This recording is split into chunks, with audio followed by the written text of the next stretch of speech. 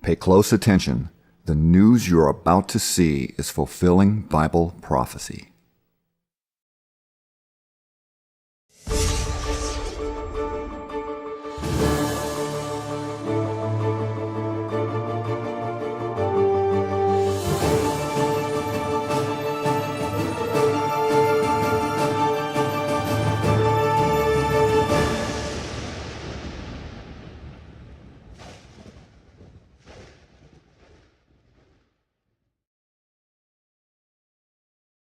Welcome to another edition of YPN News, bringing you the news as it relates to Bible prophecy and foretold by Yeshua Hawkins. Well, in the news today, a historic religious meeting scheduled for next week. We're going to tell you who's going to attend that important meeting. Also, Turkey's airspace is becoming once again a disputed topic. And is history repeating itself with the high cost of war with no accomplishments? Well, these stories and many more today, but first we're going to look at the newest virus on the CDC's radar, Zika. Well, the CDC is putting out new warnings concerning how the Zika virus is transmitted. What was first thought to be only carried and spread through the bite of mosquitoes is now known to be passed on through blood transfusions as well as sexual contact. Now, this says the CDC. Right. Now, the virus has now spread to 26 countries and territories in the Americas, including Venezuela, Guyana, Panama, Guatemala, Jamaica, and even Mexico. Wow. There have been 2 new cases in Florida, now bringing the total in the United States to at least 53. What makes the Zika virus so worrisome is that it's suspected to cause severe birth defects such as microcephaly, which is when a baby's brain is underdeveloped, causing the child's head to be abnormally small. There's also mounting suspicion in Colombia that the Zika virus could be linked to a rare nerve disorder called Guillain-Barré, which causes muscle weakness and paralysis. Now, the combination could be deadly. Colombia's health minister said there could be a causal connection. Now, at a recent press conference, he said, "We had reports of 3 deaths related to Guillain-Barré. Now, the patients had Zika, and that's where there's concern that there's a connection." Well, this comes as Brazilian scientists reveal they've detected the mosquito-borne Zika virus in urine and saliva. Thus, the CDC's new guidelines that it can be transmitted through sex. While the Summer Olympics are set to open later this year in Brazil, ground zero for the Zika virus outbreak, the International Olympic Committee said it's confident that Rio will be, quote, a safe environment when the games begin. But for many families in Brazil, the reality of the disease is evident in the birth defects their children have, and of course, they are now learning to cope with as a result. Well, Zika isn't the only thing rocking the world these days. A terrible 6.4 magnitude earthquake struck Taiwan, leaving at least 8 people dead. Now, buildings in multiple areas of Tainan City and southern Taiwan have collapsed, while many others are tilted at alarming angles. Rescue efforts have focused on a 17-story apartment complex that housed over 250 people. Now, dogs and acoustic equipment have been brought in and are being used at this time to pick up any signals of life that are still buried in that rubble. I'm sure it's a lot of work to try to get to the people that are trapped inside. Well, many have been rescued from the rubble, but by nightfall, after hours of searching, 5 people still remain missing. City officials say it is too early to know whether poor construction was a factor in the destruction of the large buildings. Taiwan's last major earthquake was in 1999, which killed about 2,400 people. Well, ever wonder how much today's college students know about our country's history versus their Hollywood stars? What kind of future leaders are we actually raising? Well, take a look at this video and decide for yourself. We're here on our home campus at Texas Tech to see just how much our fellow students know about their country. Won the Civil War. We did? The South? Like the one in 1965 or what Civil War? Who won it? Who was even in it? Who was in it? Just tell me who was in it. Ooh, I don't know. Why you make me do this? Who won the Civil War? Yeah. Oh my God. Hey, I'm drawing a blank. It's one of those things. I feel like I'm on the Jimmy Kimmel show. America? I don't know. That's the Confederates, right? The Union. The North. Yes. Okay. Who is the vice president? Is that like a trick question? Nope. Okay. I don't know. Don't know. I have no idea. Right now? I don't know. What's his name? Oh my gosh. I have his name in my, I have space in my. Okay, who did we gain our independence from? These are horrible. I have no idea. Do you know what year we happened to? Absolutely not. I couldn't tell you. It's like 1677 or something like that. What show is Snooki on? Jersey Shore. The Jersey Shore. Jersey Shore. Jersey Shore. Jersey Shore. Jersey Shore. Who is Brad Pitt married to? Angelina Jolie. Angelina Jolie. Angelina Jolie. Angelina Jolie. Angelina Jolie. Angelina Jolie. Angelina Jolie. And who was he married to before that? I think it was Jennifer Aniston. Jennifer Aniston. Jennifer Aniston. Jennifer Aniston. Awesome. Thank you. Well, it sounds like they need to spend a little more time in world history and current affairs. Great point. Well, China has sent its envoy, Gong Zhaozheng, to meet with Palestinian officials in Ramallah. The visiting envoy told news media in the West Bank that a Palestinian issue should not be marginalized, and China supports the establishment of the state of Palestine with full sovereignty on the basis of the 1967 borders with East Jerusalem as its capital. The Chinese President Xi Jinping also toured the Middle East, making an address to the Arab League in Cairo. Now, recognizing the continual wars troubling the region, he extended his desire for the Middle Eastern countries to experience peace, development, and stability.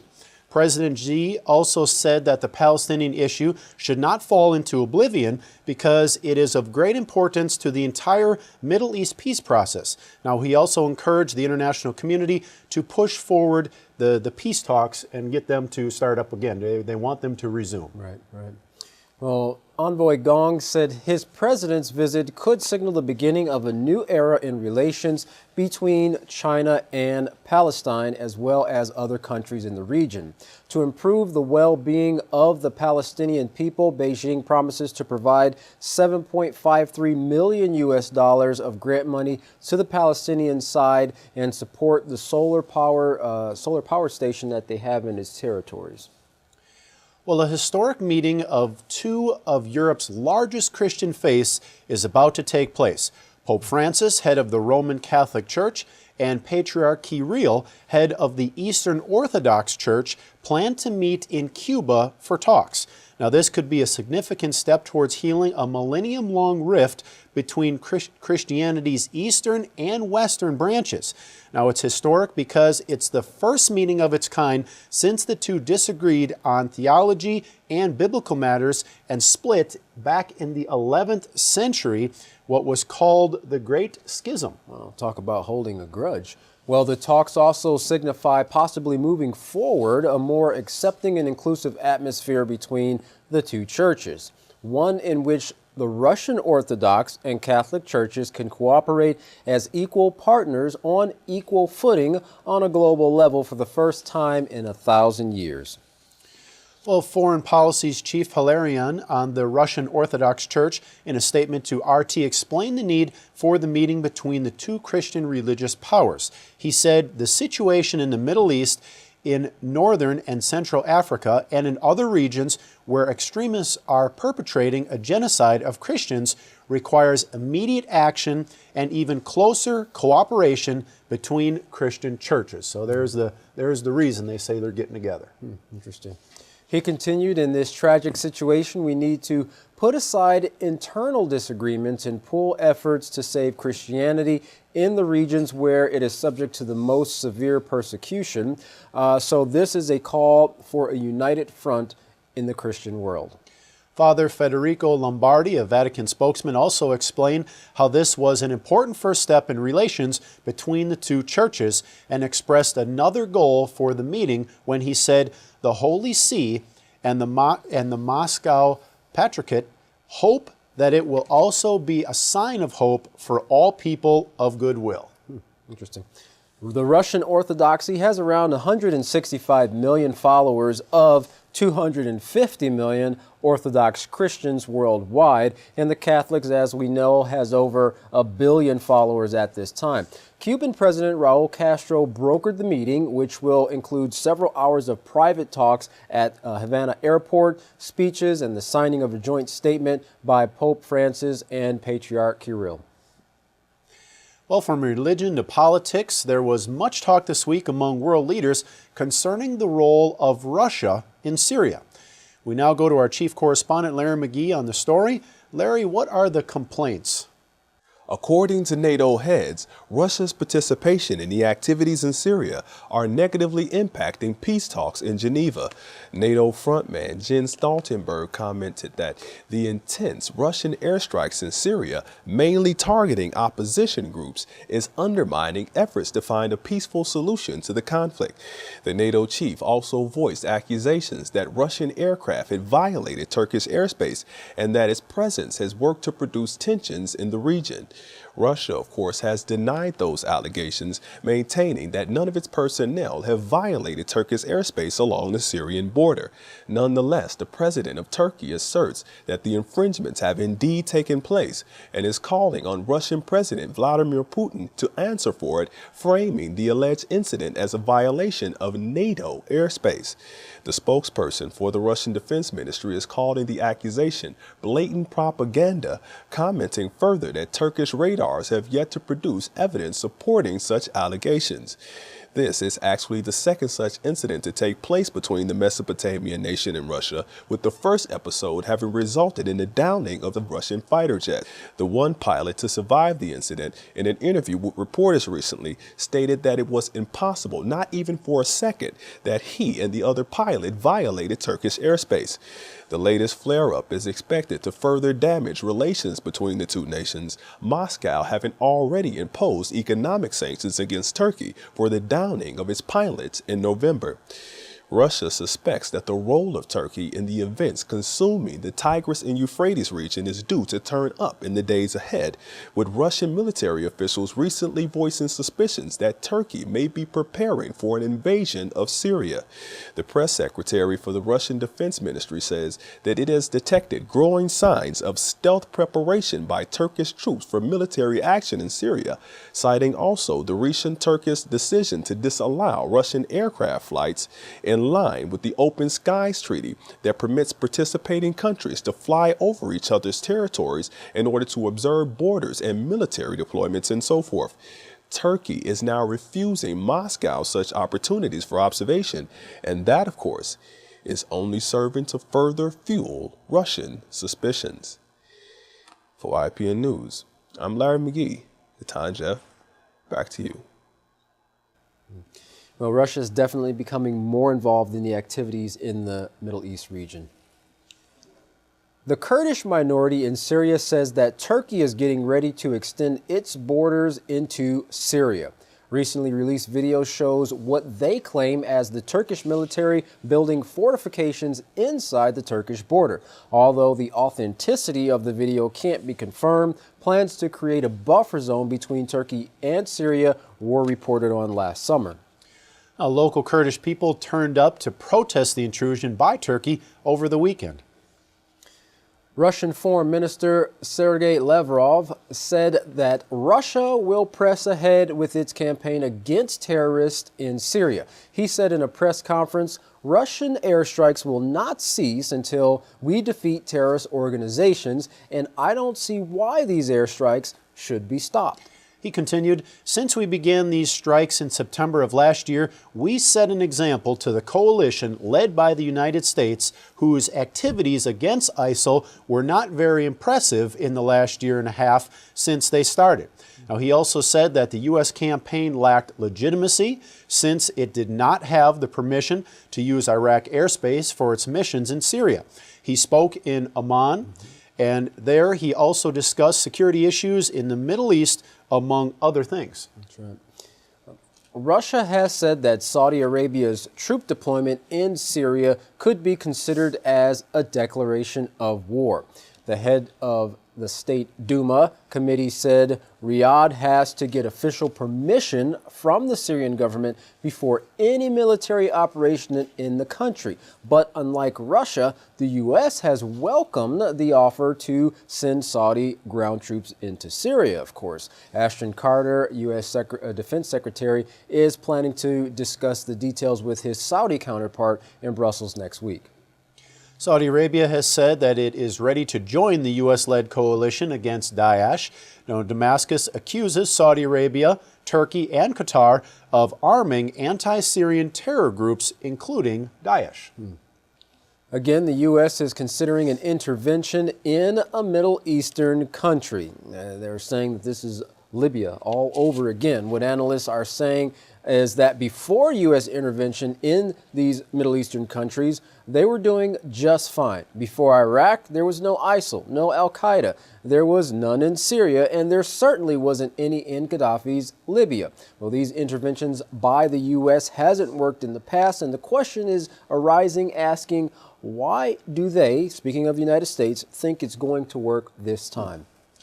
Brian Becker of the Answer Coalition said, "This is a great question considering the 2016 election campaign, seeing that Hillary Clinton was a proponent of the bombing of Libya, the destruction of that government under the pretext of protecting its civilians." Now, despite the hesitation of the former Defense Secretary Robert Gates, Hillary just pushed it through, demanding it to go forward. That's right. He continues. And then when Gaddafi, this 70-year-old man, was brutally executed and sodomized, she replied, "We came, we saw, he died." There was a frivolous, immoral celebration of the execution of a head of state. Had NATO thought through what they were doing to protect the Libyan citizens, they would have done something different. He also said that Gaddafi was a major player in the Organization of African Unity, and also Libya had the largest oil reserves in Africa. In other words, it was a potentially rich country with a small population. Well, because of these resources, he continued, the U.S. saw this as a hanging fruit, just as we saw Iraq in the same way. And the consequences have been horrible for the people of those countries. Millions of people killed and millions more displaced. The country is fragmented, and that's why you have ISIL. That's right. So you have this anti-ISIL coalition, led by the United States, meeting with 22 countries in, of all places, Rome, not talking about Syria or Iraq, but about Libya. But it is the U.S. that did that to Libya, that turned it into a kind of a war zone.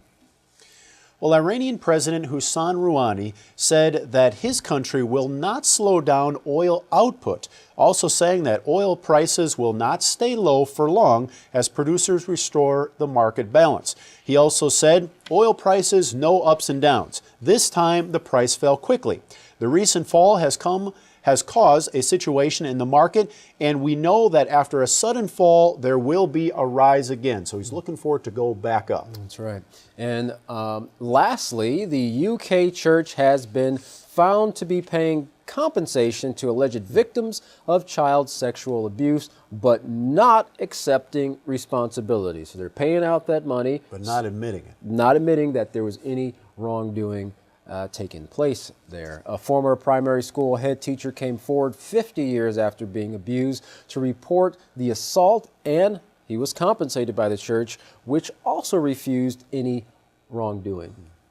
A report by Press TV has revealed that the Catholic Church, in addition to all of its reports of abuse, also has been paying victims of abuse for years, but has not been accepting responsibility. Leslie Turner, an abuse victim 50 years previously, was compensated £17,000 after alleging two men of the Irish Christian Brothers sexually abused him while at school between 1961 and 1967. And as long ago as that's been, remember when all this broke, not too many years ago. So all that abuse has been taken on, so many years ago that we didn't really find out about until kind of just recently. Right, and probably much more has been taking place even prior to those years. In accepting the claim, the church said no liability could be accepted since the abusers are now dead. Well, Keith Best, chief executive of Survivors UK, said that if you're not prepared to accept liability but make compensation payments, there's clearly an acknowledgement that someone has suffered a great deal. He continued, the problem with no acknowledgement is that people who've been abused aren't looking for revenge against their abusers, but they need some type of closure. And without that admittance, they're not getting it, just That's right. that compensation. Well, Turner, now 66 years old, waived his anonymity and agreed to appear in a film for The Guardian. He decided to sue the Irish Christian Brothers in 2012 after developing delayed PTSD, post-traumatic stress disorder. Now, just one of the many problems survivors are being faced with after being abused. Now, Turner also said that once the abuse stopped, it was worse than when it was actually taking place, as the guilt and the self-blame then set in. That's right. Now, Keith Best said there's an enormous sense of injustice that people should be allowed to get away with this very often because they may be in a position of authority. Well, with so many survivors, justice is paramount in giving them closure. But with so few predators held to account, their struggle will continue. Well, if you're wondering what you can do to turn your life around and to prevent these atrocities that we're seeing take place all over the world, contact the House of Yahweh. And when you do, don't forget to ask them to send you their free copy of the Prophetic Word magazine and monthly newsletter. To contact the House of Yahweh, you can write them at P.O. Box 2498, Abilene, Texas 79604. You can call them at 1-800-613-9494. Visit them on any of their websites, www.yahweh.com, www.yisraelhawkins.com, or www.yahwehsbranch.com. You can also visit our website at www.ypnnews.com. You can also email them at info@yahweh.com. And for any calls outside the United States, you can call the number on your screen now. And once again, don't forget the latest and greatest Bible study tool on the market today, the Yisrael Says program. To find out more, you can go to www.yisraelsays.com. Well, don't go anywhere. Get your Holy Scriptures, some paper, and a pencil. Up next, Yisrael Hawkins. For all of us here at YPN News, I'm Katan Alexander. And I'm Jeffrey Heimerman. Thank you for watching.